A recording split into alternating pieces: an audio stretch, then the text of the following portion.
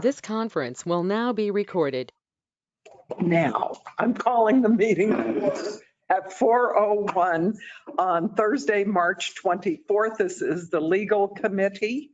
And appreciate everyone being here today. Can we have a roll call, please? Counselor Stubbs, Here. Counselor Lopez, Present. Counselor Perry, I am here. Thank you. and Counselor Foster. Present. Madam, you have a quorum. We do. Thank you very much. I appreciate that. The agenda for today includes the two items actually that went out on the regular agenda, and we have an addendum that was published March 21st. So can I get a motion to approve the agenda, including the addendum, please? Go ahead. Madam Chair, I'll make a motion to approve the agenda, including the addendum. Okay, thank you. Do I have a second? Second. We have a motion and a second to approve the agenda, including the addendum. Are there any questions or comments? Hearing none, all those in favor of the motion, please signify by saying aye. Aye. Aye. Opposed? Motion carries unanimously. Thank you. We also have the minutes of the February 24th Legal Committee. Does anyone have any questions or comments, concerns, changes? Hearing none, then the minutes of the February 24th, 2022 Legal Committee will be approved as written. Thank you. Okay, we have, like I say, we have one item, and then we have three more items. So let's go ahead first and get to the security guard services. This is a multi-source award suggestion of the three contracts for the manager to negotiate. Oh, Steve, yes, you. Not used to this kind of thing coming out of airport. Thank you. So, so what we're recommending is the approval of the security guard services to the three offers, Imperium Risk, SCP Security, and Crusader Protective Services. What it'll be is, we did it 1 year up to 5 year, 1 year increments up to 5 years for security guard services for the airport and other city entities as needed, or departments as needed.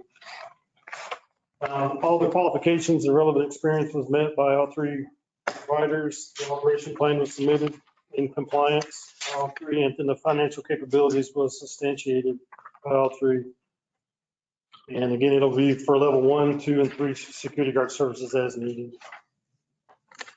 Stand for questions. Thank you. Like other multi-source awards that we've been doing recently, the plan is to enter into a services agreement with each of the three entities, and then any particular department can kind of select between the three vendors based on its particular needs and the particular services offered by that vendor. And I will make one disclaimer / notice. We do have one of these proposed vendors is related to a city employee. Our payroll administrator is related. It's her husband, I think, is the owner of SCP Security. We are required, I think he believes here, we are required by state statute, governmental ethics rules, 1, to procure any governmental contract under these circumstances with a competitive process. That's what we've done. And then the second part of that is that we have to disclose in a public fashion the potential conflict of interest there. But I will say that, of course, the payroll administrator had nothing to do with this RFP, was not involved in the committee, was not involved in the award recommendation, had no input whatsoever in this. So she's completely followed all of those requirements of ethics. Thank you, Mr. Patterson. I'd like that statement to be documented in the minutes. I think it's important to do so. And I will, when this goes up to city council, we'll make that notice again. Great. Okay. Appreciate that. So are there any questions of either Mr. Parker or Mr. Christian? Not Steve. This big guy. I'm sorry. Counselor, I believe we have somebody who would like to speak. Sorry, I thought I did. I'm so sorry. If anybody is a part owner or at all, Would you state your name, oh, please? sorry, this is Bethel Bahadano with SCP Security. Okay. My question is if anyone is a part owner or has any hand in any of these security entities, if they are, if they have a relation to anyone on the city council, does that have any effect, like family relation? Does that at all have any type of effect on anything like that? That's the only curiosity I have. There's no relation on my end. I just want to double check on that. Oh, okay. Yeah, I understand. Do you want to go ahead? Same thing like what we were just discussing. If we would have to use a competitive process to procure those services and then make a public disclosure like we've done in this case, and then that counselor would need to recuse themselves from any vote that involved. So basically, as long as the person who's got the potential interest stays out of the process and doesn't influence the decision-making in any way, that's what governmental ethics requires. Awesome. Thank you very much. Okay, Yes, ma'am. that's it. Okay. Good, thank you so much. Yes. I believe, Sanchez. thank y'all for, first of all, for having us here. My name is Salvino Sanchez, State of Protect. Because my father is on the city council, but before we even started this process, he made it very clear and he was recusing himself from the whole process. So he has. Okay, well, I'll be sure to mention that one too as well. I wasn't aware of that one. Madam Chair, Yes, Counselor Perry. I could not understand those last comments. Could you please repeat what someone across the room said? Go ahead. Hold that speaker to him. Pull it closer to the. Yes, Mr. Savino Sanchez Jr. Discussed the fact, can you hear me? I can hear you perfectly. You're loud. I'm kidding. Everyone in the room knows that. Mr. Savino Sanchez Jr. is in the room and he was Okay. disclosing to us that he's, his father has already said that he will be recusing himself from the vote. Absolutely. Okay. I thought the voice was familiar, but I could not understand what was being said. Thank you for the clarification. Sure. Madam Okay. Clerk, I did have one other question. Go ahead. I apologize. I know within the agenda on signature pages, there was some questions for clarification. Was all that taken care of? Go ahead. Yes, sir. We have reprinted the pages with the correct signature lines. Thank you very much. That's all I needed to know. I'm done. Thank you. Any other comments, questions, concerns about this award recommendation, which is to do the multi-sourcing award? And this would go to the city manager to negotiate with these three, is the recommendation. Can I get a motion, please? Daniel, it's your turn. Daniel don't want We had one more question from the Oh, sorry. audience. Gosh, you have to yell. I don't have eyes in the back. So just real quick, is this the time I get to ask questions about this particular? Yes. Okay. I guess the one Mr. question. Sanchez, would you mind coming up to, just so that that way the mic will be, that way you can. So I guess our main question and concern was, how do y'all plan on dividing up the services amongst the three companies? So for example, would there be three companies all out at the airport managing that whole time? Or we're trying to understand how it would function with three companies in there. So the idea when the committee met is that the priority is the air center because we were mandated by federal regulation to have level 3 guards there. We're also mandated to provide security for roving or routine. So I don't know exactly how we're going to do that yet. We need to get it approved, but the reason we opened it up and we want to have three companies on is that if the air center has projects or we're having something and like, let's say the zoo needs something, they need to have that opportunity and we don't tie up all the security guards. So I can't, like we said in the RFP, we don't guarantee a minimum set of hours. Right. It's just on an as needed basis. Right. So So like our concern is mainly with the air center. Now, if it's something that's divided up amongst, okay, this company has the airport, this company has the zoo and events, then that makes a little sense. Because if you have all three companies trying to operate the airport, that's almost like having too many cooks in the kitchen with different ideas, different plans, different communication. And as serious as the security is out there, I mean, I think that takes away from being able to do the job at the air center efficiently. Can I just say, these are good discussions that I think we need to have. Once the city council approves the recommendation, then it goes to negotiation. Right. And then we'll be able to sit down and have, a conversation about the specifics of how the contract will be at that time. I don't think that it would be very conducive to try and work these types of things out in this forum. And like I said, the reason is we want to make sure that all our ducks are in a row before. We didn't want to miss out on an opportunity to ask these questions. No, all of these discussions will be had as we negotiate towards that final agreement. Yeah, I do want to make it clear though, so that it's not that each company gets to come in with their operations or whatever. The federal guidelines will state what each company is going to do. So it doesn't matter if we have 1, 3, or 5, they're all going to do what the federal guidelines require, not what the individual. So Right. Yeah, that's a given. So. Okay. So we'll have another time to be able to answer more questions. Oh, yeah, and have a dialogue about what that contract looks like and what the scope of the services are. That will come. Okay. Well, I appreciate it. Thank you. And there's also other needs in the city that we have. For too long, we've had not limited security, but to have armed security in some of our places is exactly where we need. I mean, if our museum is priceless, and sometimes when we have to have personnel there overnight when alarms go off or something, and right now we don't have armed security there unless we get a police officer over there.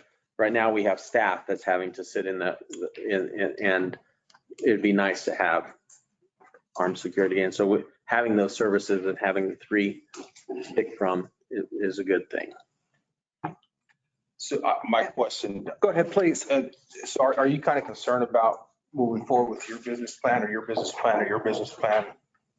Is that why you're asking these? No, it's not really a concern as far as the business plan. It's just the system that you have in place as a business.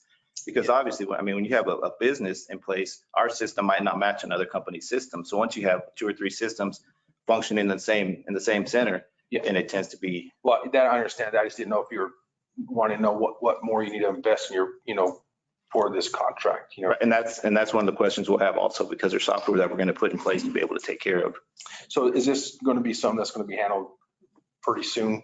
Right. So, exactly. I think under our RFP guidelines, you're supposed to provide a contract within 30 days, I think is what it says. All right. Okay. I appreciate you. Thank you very much. Yeah. And that, of course, will be after the city council meeting, not after. Yeah, not after. Right. Within 30 days I after. wish we could get it quicker, but all right. Madam Chair, I'd like to make a motion for us to send to the full city council, authorizing the city manager to enter into contract negotiations with a pool of 3 vendors for the multi-source award for RFP 22-01-0. So second? Second. Right. Motion and a second. Is there any further discussion, questions? Okay, then all those in favor of recommending that the city manager be authorized to enter into contract negotiations with these 3 vendors for a multi-source award, please signify by saying aye. Aye. Opposed, no. Motion carries. Great. So again, council on April 14th, I believe is the date. Yes. I think so. Okay, let's go to the addendum, which again was compiled and sent out on March 21st. We have 3 of Admiral Beverages items. The first is the indenture, which of course goes along with the proposed Admiral Beverage industrial revenue bonds.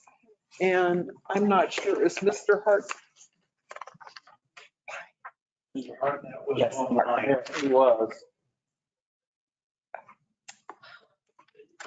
I'm here. Okay. Good, because we can't see you. You also have a Peter Kelton from the Rhodey Law Firm online as Oh, well. good. There are two of you. Good. We appreciate you here. I guess I'm going to turn to either or both of you to give us your comments on this item, please. Can you share the PowerPoint? Oh, and, okay. Yeah, these gentlemen had provided for me a copy of PowerPoint that they were going to use, but I don't know if they can see that right now. We can just share the screen. Can you gentlemen see our screen? No, ma'am. I cannot. We see you, but not. Now we see you. It's a screen. Of that. Share. There you go. Okay. Can you pull it over? And minimize. Couple errors. Minimize top. Yeah. Okay, let's go ahead as you're bringing it back. Can you gentlemen now see our screen PowerPoint? Yes, we can. Thank you. Oh, go ahead. Go ahead, please. So we weren't sure if there would be new folks on the legal committee, but to that end, we thought that we would provide sort of a high-level overview of the IRB process generally and what IRBs are. Essentially, IRBs are an economic development tool, one of the very few mechanisms by which issuer or local governments such as counties and cities are able to provide property tax abatements to developers to incentivize economic development. To give you an idea of how prevalently they're used, there's tens of billions of dollars of IRBs outstanding in New Mexico right now, with developers ranging from Facebook, Netflix, also renewable energy projects such as pattern development activities, especially in Guadalupe, Lincoln, and Guadalupe, Lincoln, and Torrance counties. And they help to provide developers with exemptions to not only property taxes, but also for certain gross receipts and compensating taxes on equipment and other qualified purchases. Those are the benefits that a developer receives. In exchange, a developer provides certain commitments to the issuer, ranging from agreements to make payments in lieu of taxes, make other commitments to provide certain job numbers, or to maintain activities for a certain amount of time, or even commitments to make certain expenditures over a time period. So to provide, again, a high level overview of what happens with an IRB, the developer will transfer title to the real property, so the project site itself, and then all associated equipment, structures, facilities, so on and so forth, to the issuer, in this case, City of Roswell. The issuer will then lease that project site and the associated equipment and infrastructure back to the developer.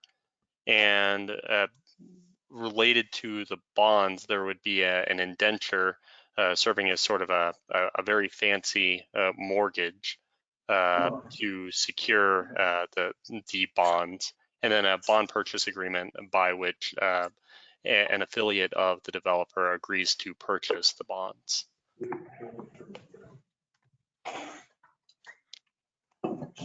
It's important to note that the bonds are not an obligation of the issuer. Essentially what happens is the issuer will issue the bonds. The affiliate of the company will purchase those bonds, and the issuer largely will just step aside, let the developer continue its operations, develop the project site, but still will receive the benefit of payments in lieu of taxes and we'll have additional rights under the lease depending on what the issuer is interested in seeing. Oftentimes, things ranging from the ability to inspect, to receive annual reports related to job creation, things of that nature. But it's a pretty low maintenance set of activities for the issuer, and the developer on a sort of yearly basis will make payments in lieu of taxes to the city.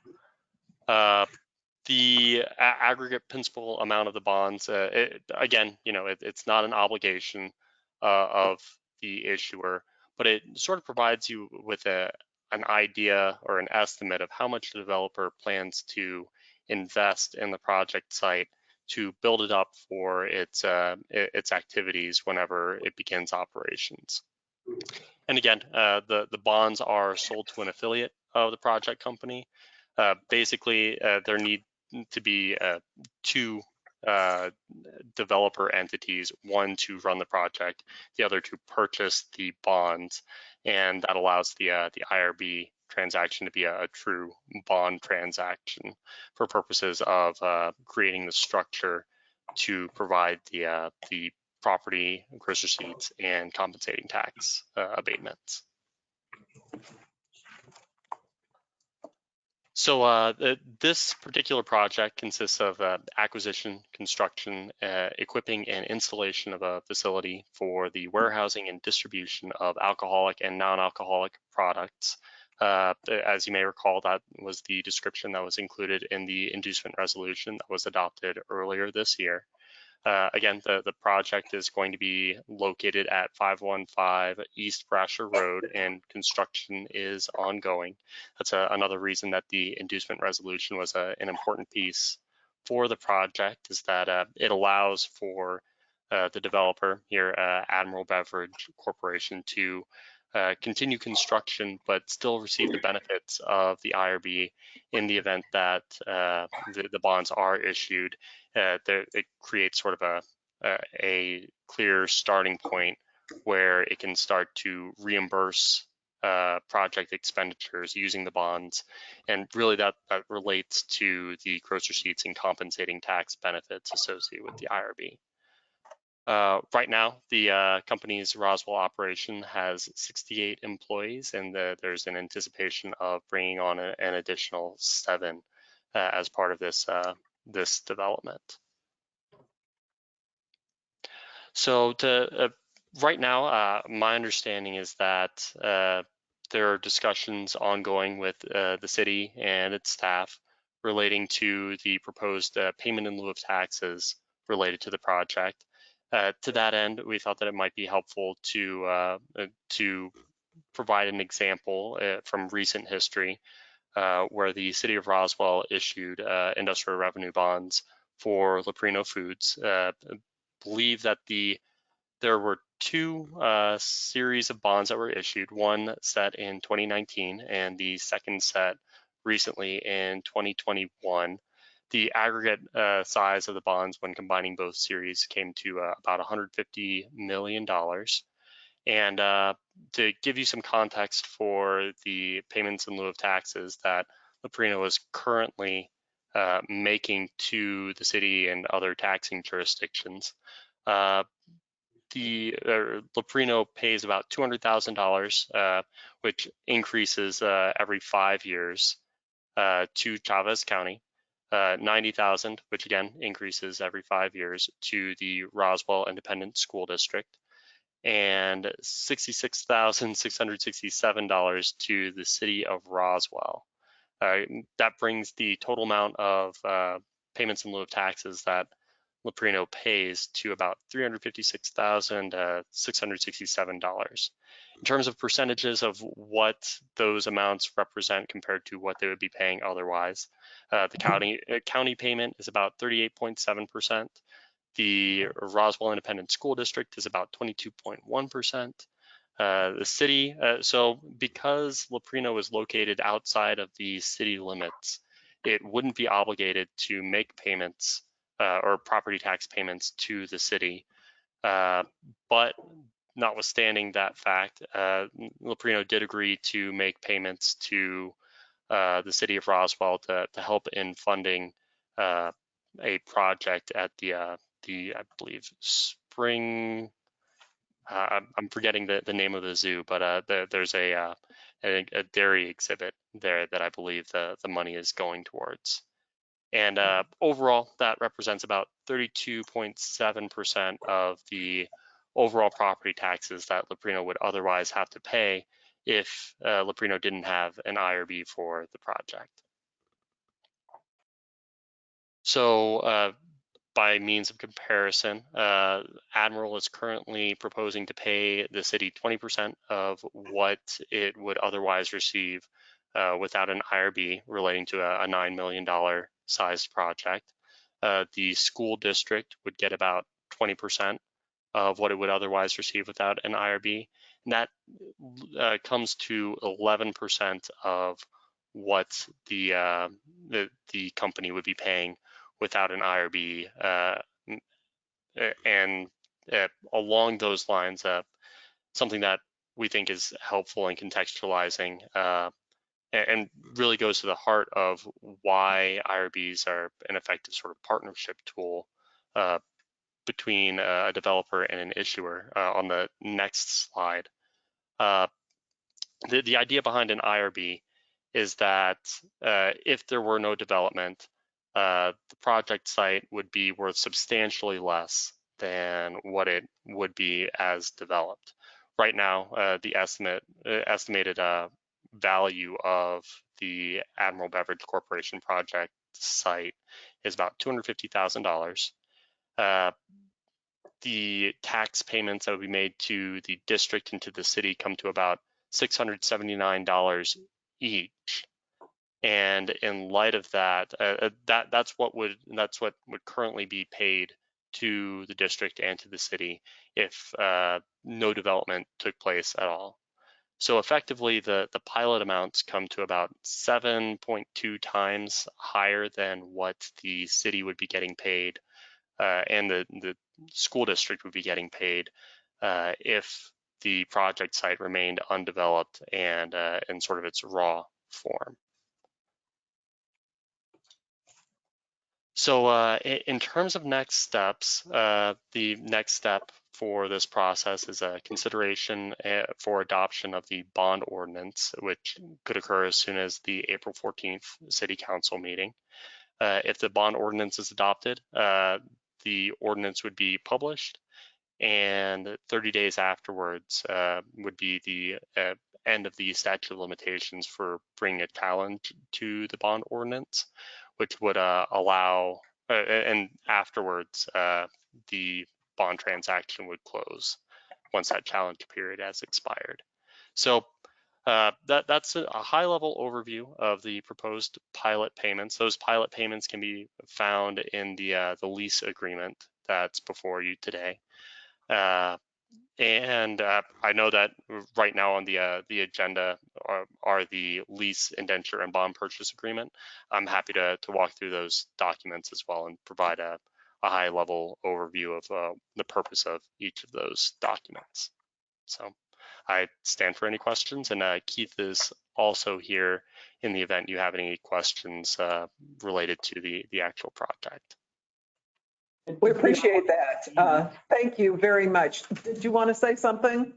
Yes, ma'am. I apologize for stepping in. No, The other go thing ahead. that I bring up in some of the stats that Peter just provided, and Peter, nice job of describing all of that, is from a total dollar standpoint, the difference between what would be paid on the pilot versus what it was if it all ran over a 30-year period of time is it quantifies about $400,000 in excess of what would have been paid. That is something that I think I mentioned in one of the council meetings that in fact we did one here in Bernalillo County, and it was substantially, I say the pilot much less in context percentage-wise than this. In their ownership, they basically want to be very fair to the city and also to the school district, which right now is one of the most important things that we have going for us if indeed we don't fund the schools as much as we possibly can. So we We just adjusted specifically something from very different from what we did in Bernalillo County to try to meet that need within the city itself. Thank you very much. Let's see, first of all, let's discuss if we can just the indenture. So if we can take one document at a time, I appreciate it. That's what we have before us. Are there any questions or comments of the committee? Anyone else? Questions or comments? Okay. Mr. Kelton, did you want to say something on this document? I'm happy to provide just a very brief summary of the document. Essentially, it serves as the way to secure the bonds that are issued, and it serves as, like I said, a very fancy form of mortgage. It also serves as the mechanism where the city assigns many of its rights under the lease agreement to the bond purchaser, which allows the city to not be responsible for day-to-day management and isn't in the sort of true landlord role that you would expect to see with a traditional lease. Essentially, it serves as to secure the bonds. The city would be assigning many of its rights under the lease agreement. And again, still retaining rights to payments in lieu of taxes, rights to inspection, things of that nature. But it allows for the city to not have to worry about the sort of day-to-day nitty-gritty details that a landlord might otherwise be expected to manage. Right. Okay, thank you. Again, any comments, questions? Committee? Anyone else? Hearing none, I guess we're ready for a motion.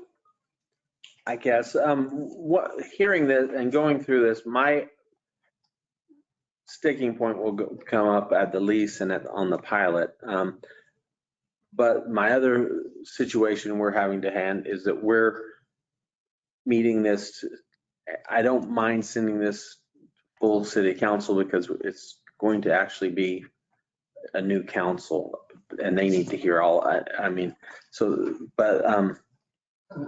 so that's, it's kind of interesting. I mean, I've never had this happen before because this is new to all of us, I guess, because with the way our laws changed our elections.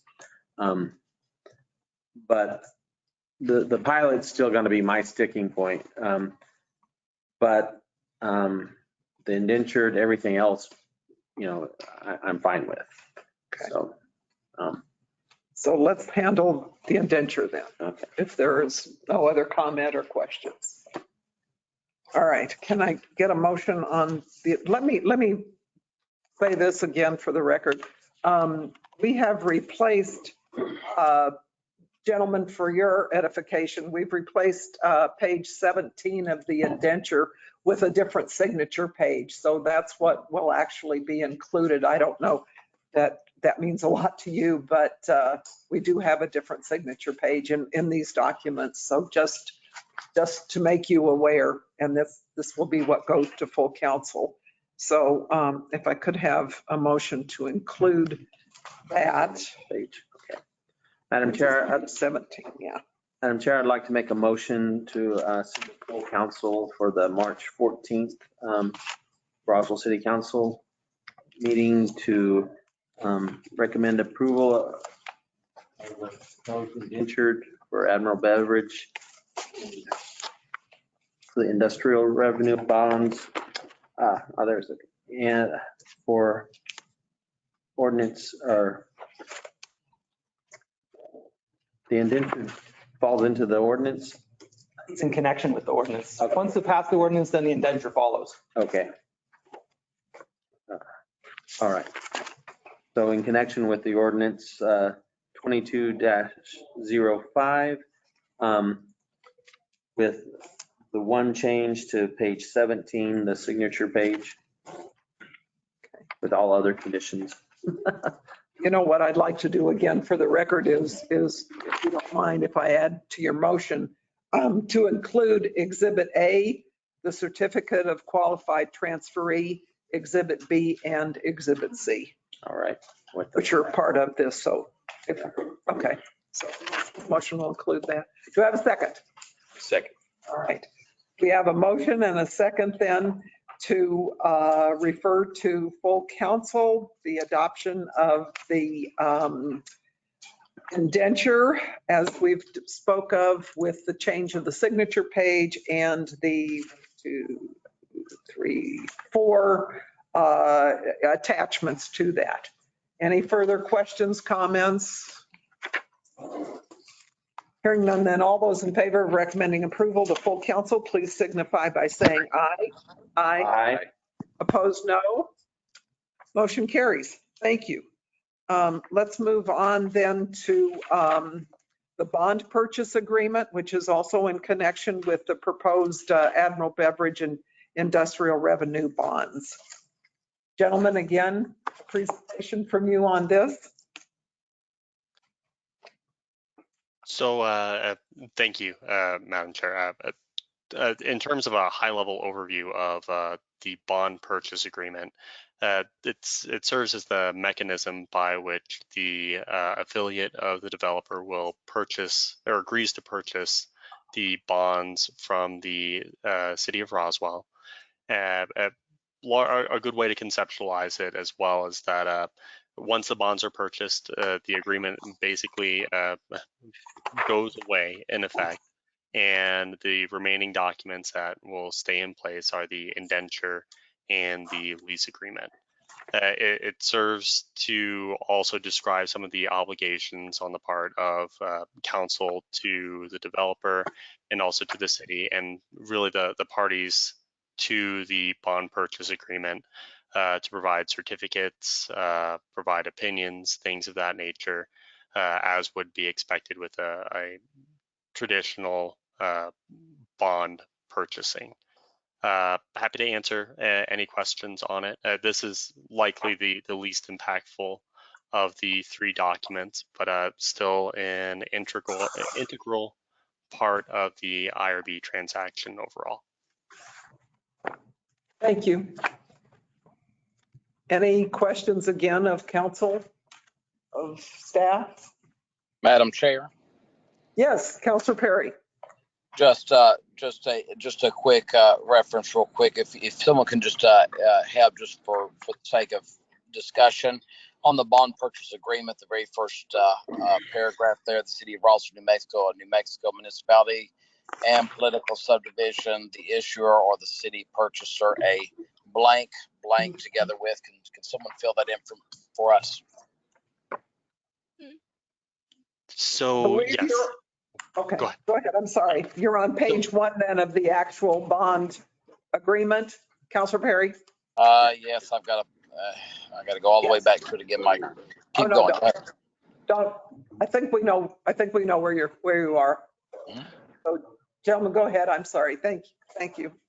No, not a problem. Happy to explain. So the purchaser that's in brackets would be the affiliate of Admiral Beverage Corporation. This entity has not yet been formed or hasn't been identified by the developer, but for now it's serving as a placeholder so that whenever that is determined, that information can be inserted, and we don't forget to do so prior to execution of the documents. Okay, thank you. Okay. Anything else, Councilor Perry? No, ma'am, that'll be all. Thank you. And you'll see there's other ones like that on the next paragraph, section 1, company and depositary, right? That has yet to be determined as well. So there's a couple of different entities that will be relevant to the transaction that are yet to be determined, and they're kind of just placeholders right now. Thank you.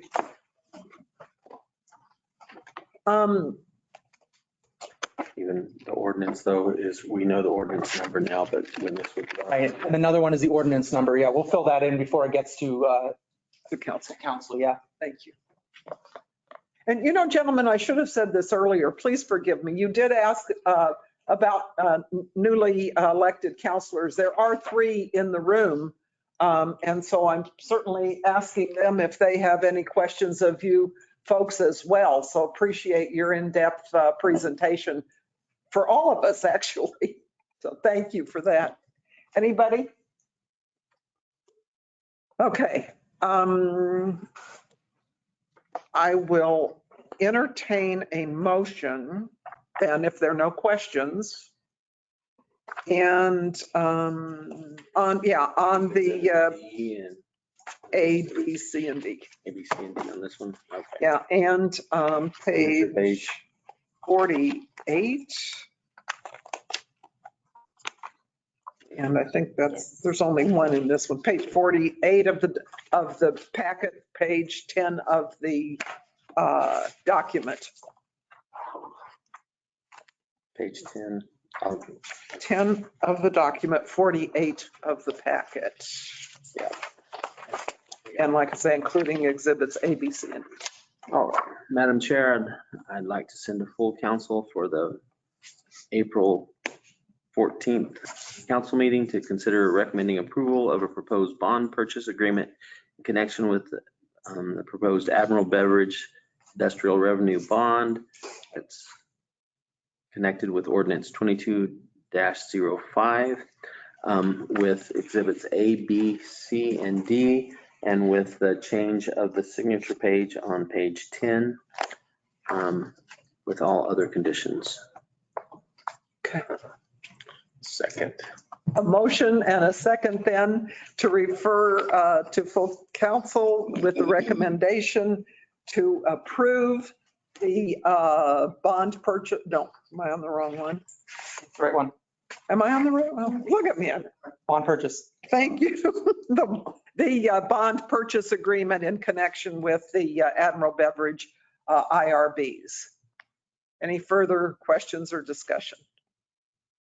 Hearing none, all those in favor, please signify by saying aye. Aye. Opposed, no.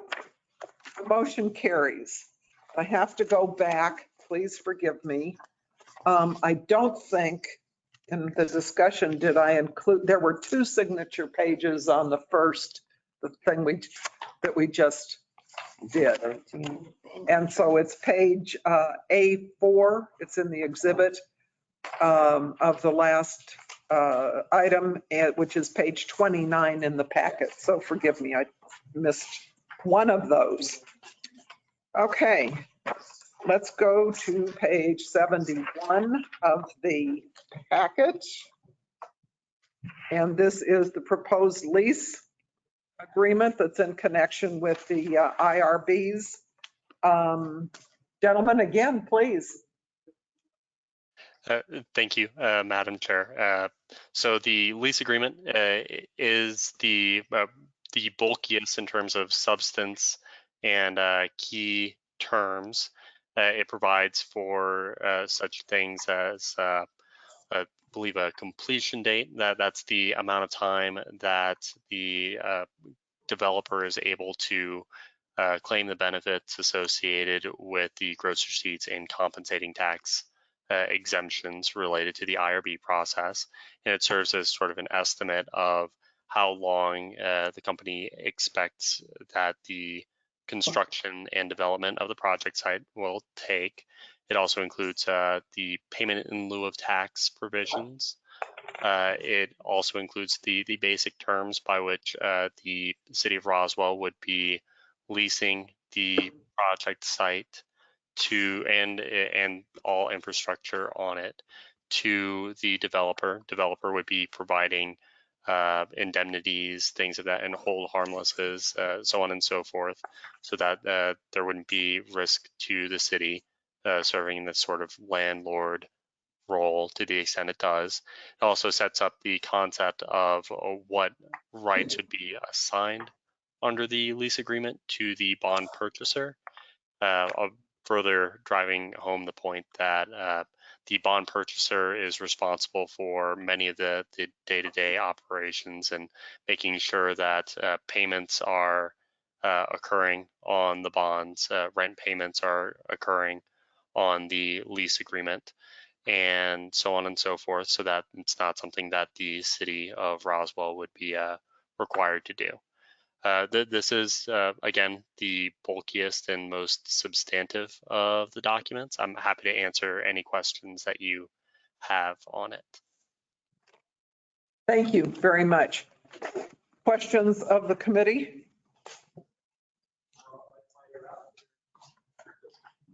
This is, well, I'll wait.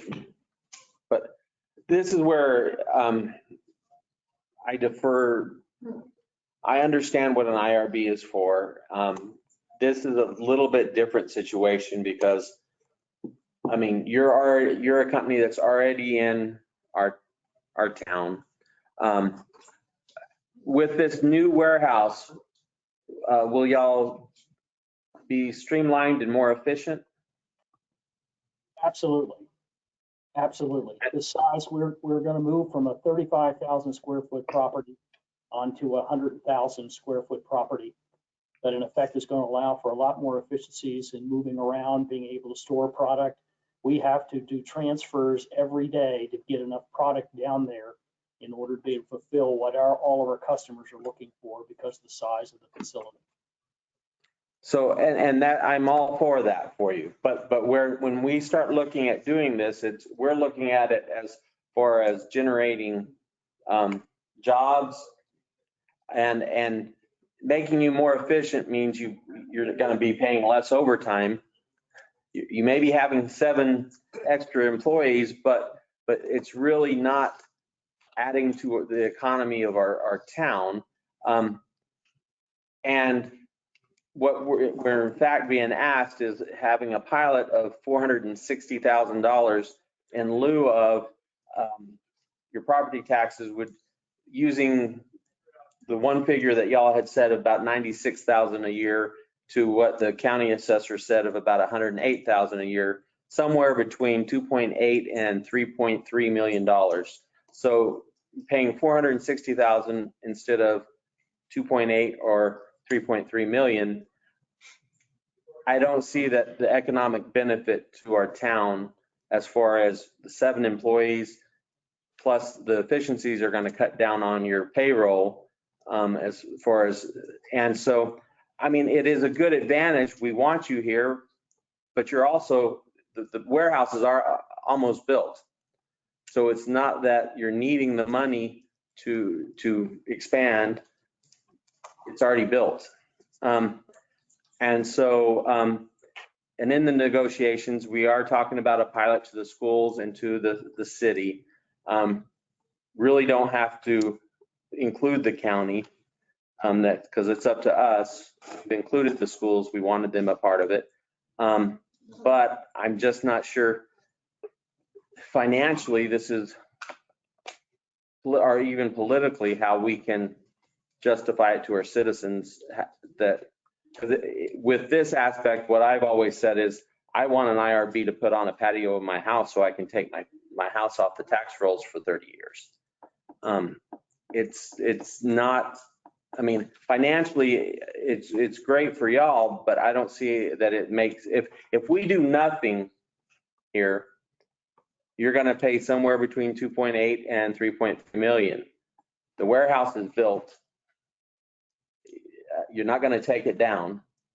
And so that's where I just not sure if it is politically or even financially sound for us to go this route and do this. But I am willing to go ahead and send this to council to let the 10 councilors make that decision. But that's where I just don't see it. The financial, it's not in the best interest of the city and our citizens.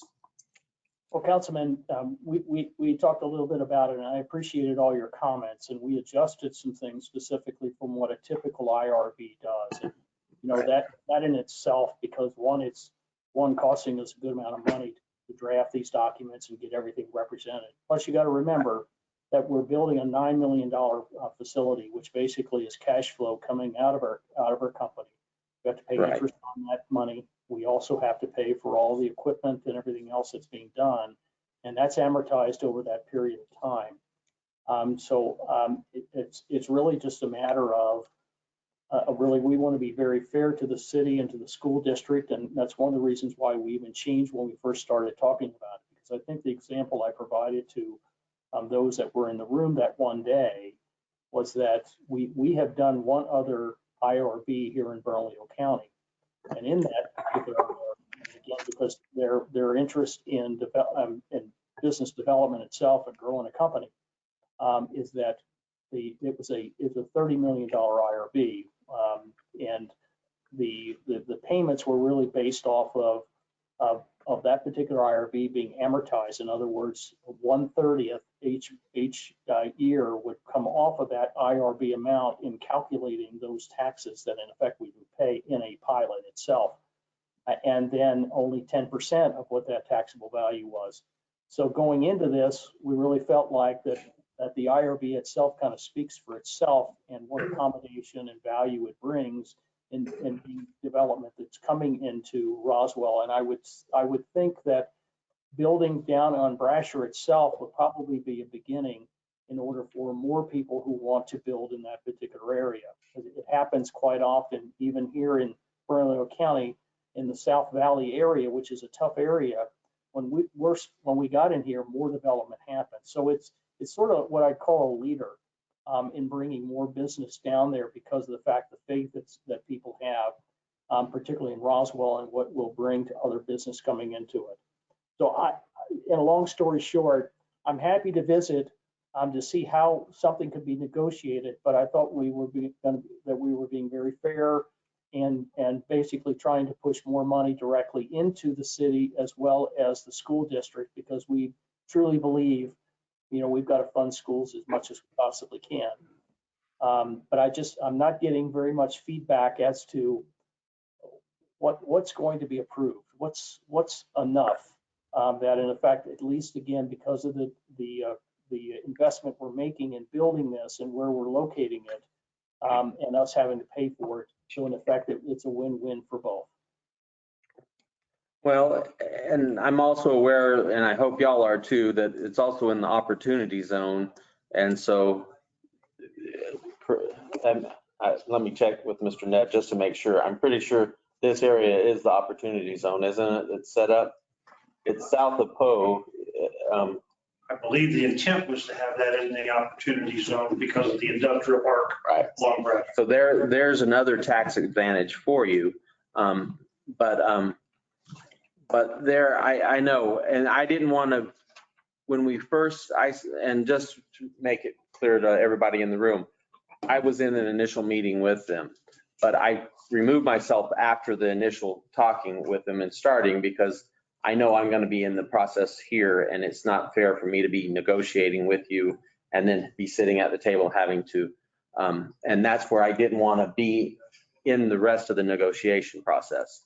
I just wanted to sit down and get it started with the school district, the superintendent, and the assistant superintendent of finance sat in with the initial meeting. But then I pulled myself out. I don't want to be a part of any building of this negotiation until we get to this level. And so I just need to see, and like I said, I'm willing to move this forward for the new council to see it. But when I'm looking at the numbers, if we do nothing, the city's in better shape and the school district's in better shape, and actually the county's in better shape. If I could maybe just address it just briefly, staff has been in discussions with Admiral for last couple of weeks about this issue of the pilot. One thing I would point out is that although it's true that we're getting to the stage where they're already, I guess, substantially into building this thing, a big part of that, or at least the timeline should reflect that when we first passed the inducement resolution, right, that was kind of the kickoff of this whole process. So, although that was not a binding document on the city, it kind of was kind of the green light for them to move forward with the project on the idea that the city was considering doing this for them. And so to that extent, I think it was staff's opinion that, it is fair to look at this, at the to compare the scenario to what it would be as a sort of vacant lot versus what it will be as a developed property, and considering the value to the city. And that's where the numbers that were being shown earlier is that, I think you can look at this as, if we didn't do this process, they wouldn't have built this facility, and therefore the alternative scenario to what we're getting now is not the full value of finished product, but rather the alternative scenario is that vacant lot, which it is now, or was when this process started. And so that was our thought process. My problem is when the inducement started and when we did vote on it, they had already broken ground and already had laid. And that it wasn't a vacant lot when we voted on it, started the process. So it's See, I don't agree that that's as large an issue as you're making it. I think, obviously they had timelines that they needed to live up to, as well as in order to better serve the community, so to speak, they needed to get going on it as soon as possible. So I don't look at it that way, nor, and I want to ask you too, if I could, Mr. Patterson, IRBs are not tied to employees. No, they're in general, and maybe Mr. Kelton can speak more to this than I can, because he knows more about bonds than I do, but IRBs they're not like LEDA or something where you have a particular, like, you have to hire X number of people in X number of time. There's no, the statute's not built that way with those kind of strict requirements. Thank you. I wanted to make sure that, yes, please. I can actually interject a little bit there. IRBs are an incredibly flexible tool. Job employment can be tied to IRBs if that is the desire of the city. I know that the city of Albuquerque does incorporate job employment targets and things of that nature, and will build clawbacks into the lease agreement in the event that something like 90% of the target is not met. So it is possible, it's not required. It's really just up to the discretion of the city, the county, or whoever the issuer is, and what's important to them. Thank you very much. So again, what we have that's proposed in front of us is not tied to employment in these documents. In these documents, no. That's not to say that this is the final version of those documents. We can take them back. We can negotiate more if that's something that the city does find to be valuable. Right now, this is the most current draft of the documents. We can incorporate what the city views as being important, and we can go from there. And I'm speaking right now, this also involves discussions with Keith and the Admiral team and that sort of negotiation. But there's lots of room for those sorts of negotiations and discussions.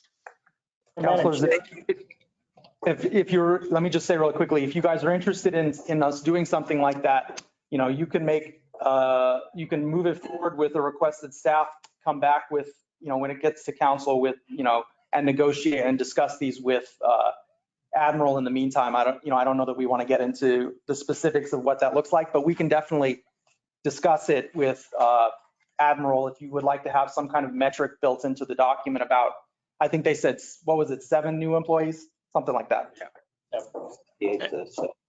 And to provide some additional support to what Parker just mentioned, what I've seen in the past take place is a form of a set of bond documents will be approved and negotiations will continue. However, the bond documents end up, bond documents being the lease, indenture, and bond purchase agreement, whatever their final forms are after those discussions, they can then go back to City Council for approval through a resolution or something of that nature, to avoid needing to go through the full bond ordinance adoption process, which is a lot longer, a lot more steps, and a lot more approvals necessary. Instead, just a simple resolution. And if it's the city's pleasure, I'd be happy to incorporate that language into the bond ordinance that's already been reviewed by the legal committee. And I can work with Parker in getting that language there for the council to consider on April 14th, if that's the council's pleasure. Thank you. I'm not going to enter in this discussion any further. I won't be voting on it. So is there further discussion, excuse me, on what, after their suggestions of process?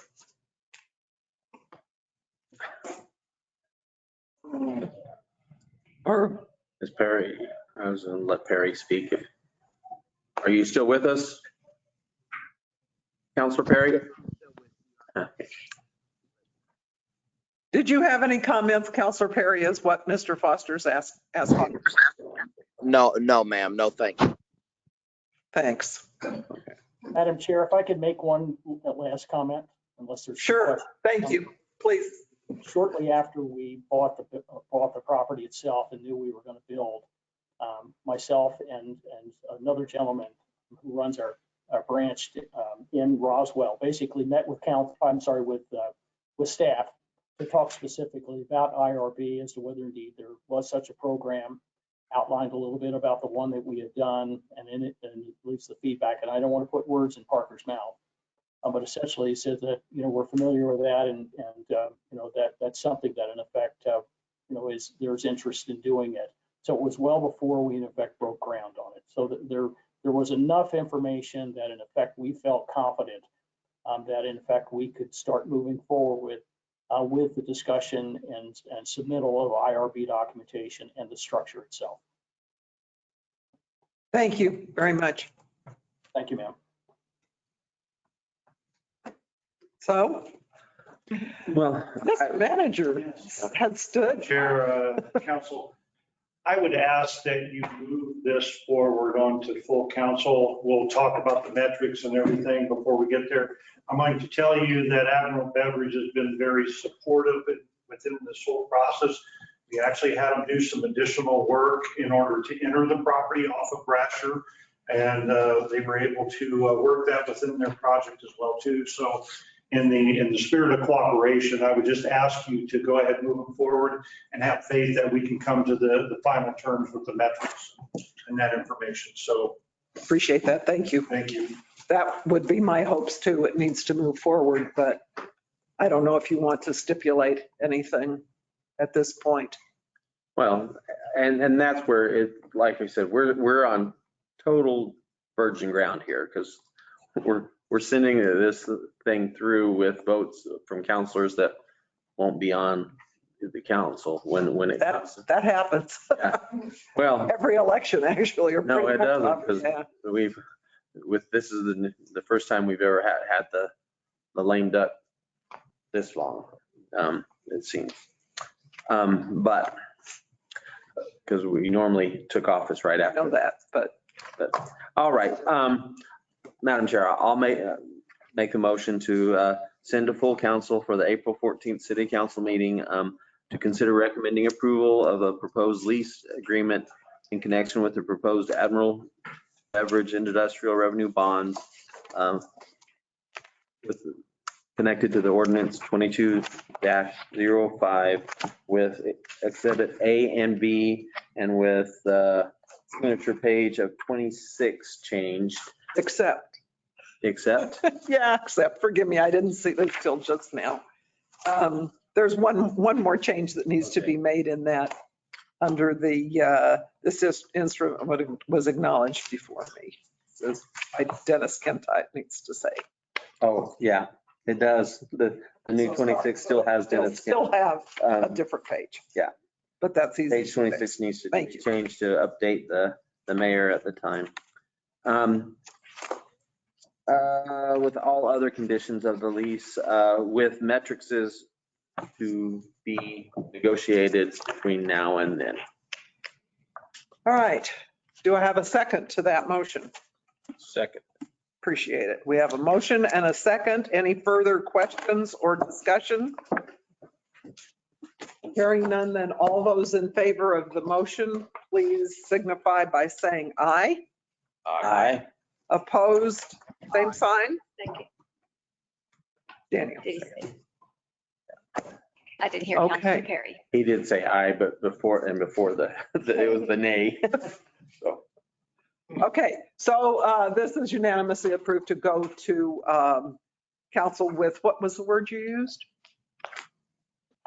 metrics is to Okay. be negotiated between now and. Okay, thank you. Yes. Okay. There is no more business on the agenda. I would ask everyone to call, or I would call to everyone's attention the department reports that are attached to the legal committee. I think they're very interesting, and I appreciate the fact everybody does update us with that information. It's important information. And I just want to say this is my last official council thing.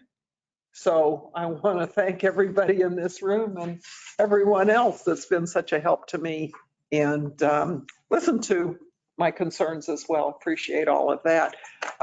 Really appreciate staff for the support and the knowledge that they have. And I hope that our new counselors recognize how important the staff here is. So appreciate the committee, appreciate staff, appreciate everybody in here. So thank you very much. We'll go to public comment. Rita.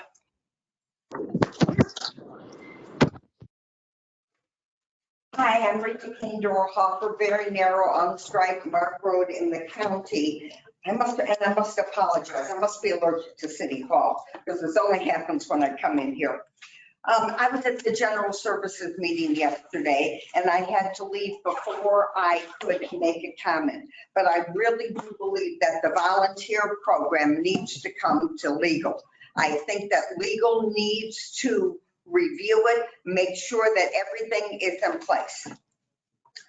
And last but not least, Judy, most people do not know that you were very instrumental in getting the international airport designation here in Roswell. And they probably don't know that you went up to Santa Fe and got $2 million in capital outlay for the building that Youth Challenge is in. And I thank you for. You were with me though. I didn't want to tell him like that. Well, I did most of the talking as you always. Yes. Most of the talk I did. But Judy, thank you for your service to this city, to the county, to everybody. And I got you something. And you're not to share.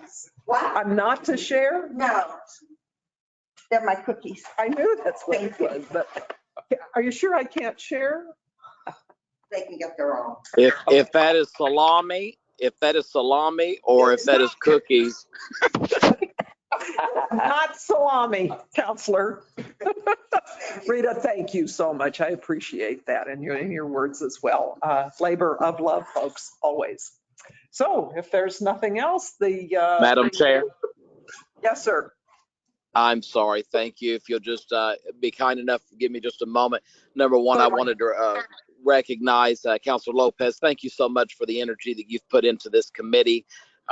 You came on at a tough time, a busy time, and you became a very quick learner and very studious. And I can't say that I've ever disagreed with anything that you've brought to the table or we've discussed, and I appreciate that. I think that you have served the citizens of Roswell well, and it's been a pleasure to work with you. And then, Madam Chair, for the last time, I call you Madam Chair, and that just doesn't seem possible. But Roswell will never know, most constituents will never know how much better their life is from the time that you have put in, not just as a counselor, but in economic development for the state itself. So many different things with 4-H, so many other things.